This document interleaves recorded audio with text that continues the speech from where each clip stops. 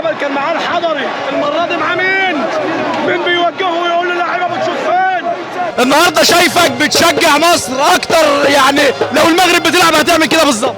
طبعا اكيد، نحن بلد واحد وبنشجع مصر، يعني عرب كاملين ونحب نربح، الافضل يربح يعني. المغرب السنه دي المغرب جامد جدا، المغرب جامد وكمان مصر جامده واحنا اخوان، وبشكرك على المجهود الكبير اللي انت بتعمله بالطبله انت وصديقك كمان المغربي. انا حاسس ان انتوا النهارده بتشجعوا المغرب مش بتشجعوا مصر. اكيد طبعا لا داعي للشكر، احنا اخوات وانا متاكد ان المصريين راح يشجعوا المغرب كمان. اكيد بنشجعها كاننا بنشجع مصر بالظبط. طبعا اهلنا وناسنا. شكرا. منورنا النهارده يا باشا. الله يحفظك. احنا مبسوطين ان انتوا معانا النهارده. الله يعطيك الخير. احنا فرحانين وتحيا مصر. مصر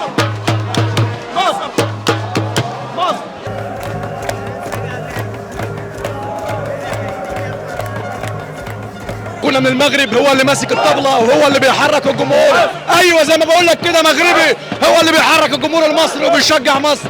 حاجة كبيرة جدا من اخواتنا المغاربة معانا النهارده. ومع زلنا يا جماعة مع اهلنا في المغرب واشقائنا في المغرب اللي كلهم جايين يشجعوا مصر النهارده.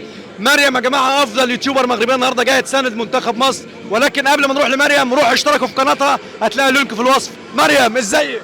الحمد لله، بارك الله فيك بارك الله فيك، هذا واجب اكيد وحد موفق لجميع الفرق العربيه ان شاء الله. معهم المصريين معهم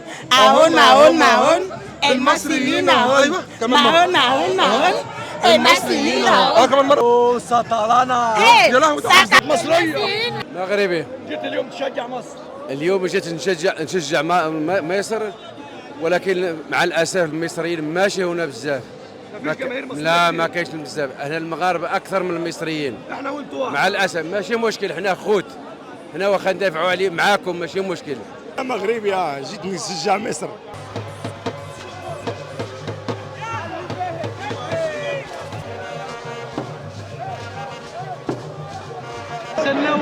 شناوي افضل من ابو جبل. والله لو جبت الحضري في عمر 50 سنه تصدق. اعطوه فرص كثيره. ازيك يا ابو جبل، ازيك يا ابو جبل. امال فين قوه الجبال يا ابو جبل؟ ابو جبل اللي بيشوط، ابو جبل اللي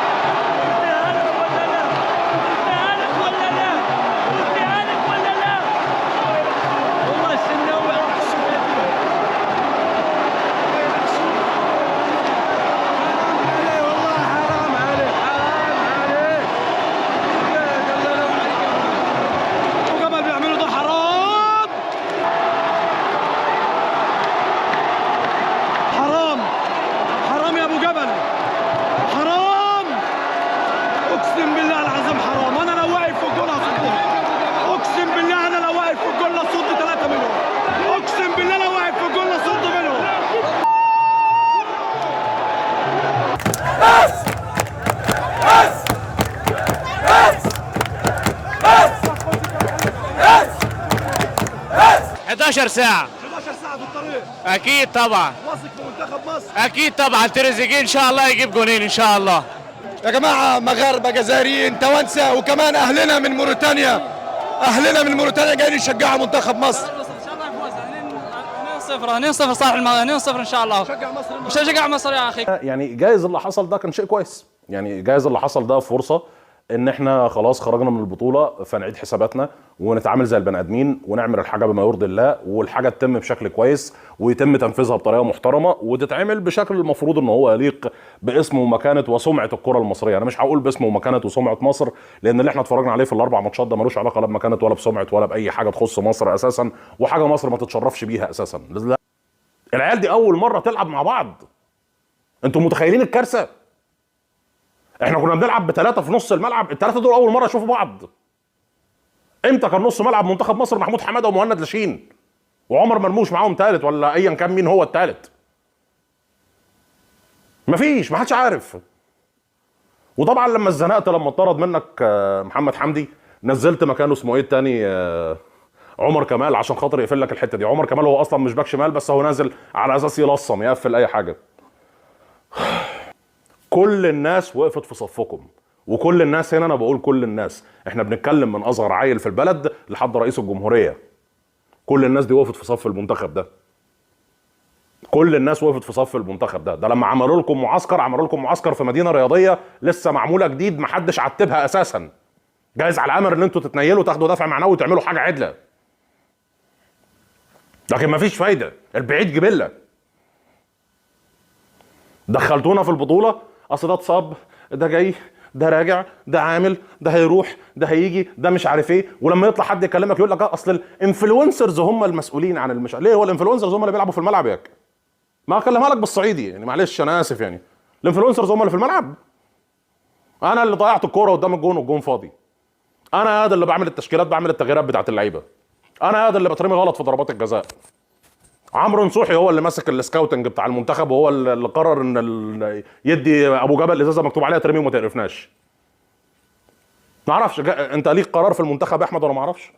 يا جايز يكون ليك قرار اداري وانا ما اعرفش. فكره هي اللعيبه فرحت بموضوع الاستقطابات الجماهيريه دي جدا. عارف ليه؟ عشان لقوا شماعه. احمد بيقول لنا اللعيبه فرحت بموضوع الاستقطابات عشان لقوا شماعه يا باشا، شماعه جاهزه. هو مش قادر يعلق على شماعه التحكيم، شماعه التحكيم مش جايه معاه سكه، مش راكبه. حتى النهارده ومحمد حمدي بيتطرد محدش مهتم. وده هيرجعني للسؤال اللي انا سالته في اول الحلقه، في حقبه فيتوريا مين اللي كان بيدير المنتخب المصري؟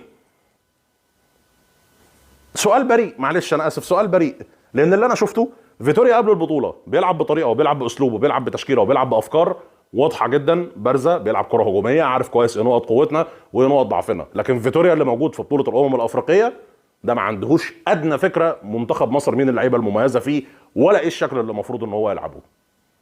الخروج النهارده من الكونغو نتيجه منطقيه ونتيجه طبيعيه ونتيجه عادله، ما تضحكوش على بعض، نتيجه منطقيه ونتيجه طبيعيه ونتيجه عادله، نتيجه عادله للهراء اللي احنا عايشين فيه على المستوى الاداري في كره القدم المصريه. حتى النهارده محمود حماده اللي الناس هتشيله الليله قسما بالله ما بتاعته، الراجل داخل خايف يا جماعه، خضوض، شاف الكره اترهق. يعني ما واحد انت بتلعبه في ليفل الوحش، انت شفت هو داخل يلعب ضربه الجزاء عامل ازاي، وشه اصفر الوان. تعال افرجك على الجون اللي فينا عشان تدرك مدى قله التركيز. انا لو جبت لك احنا دخل فينا 7 اجوان، حزن قسما بالله حزن.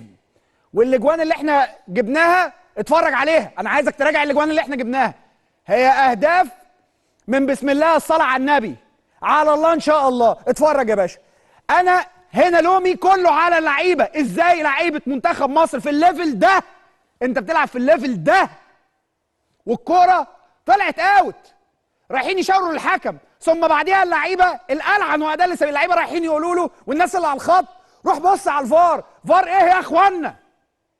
فار ايه؟ مال الاوت بالفار؟ هي حالات الفار فيها حالات الفار من ضمنها الكرة طلعت اوت ولا لا؟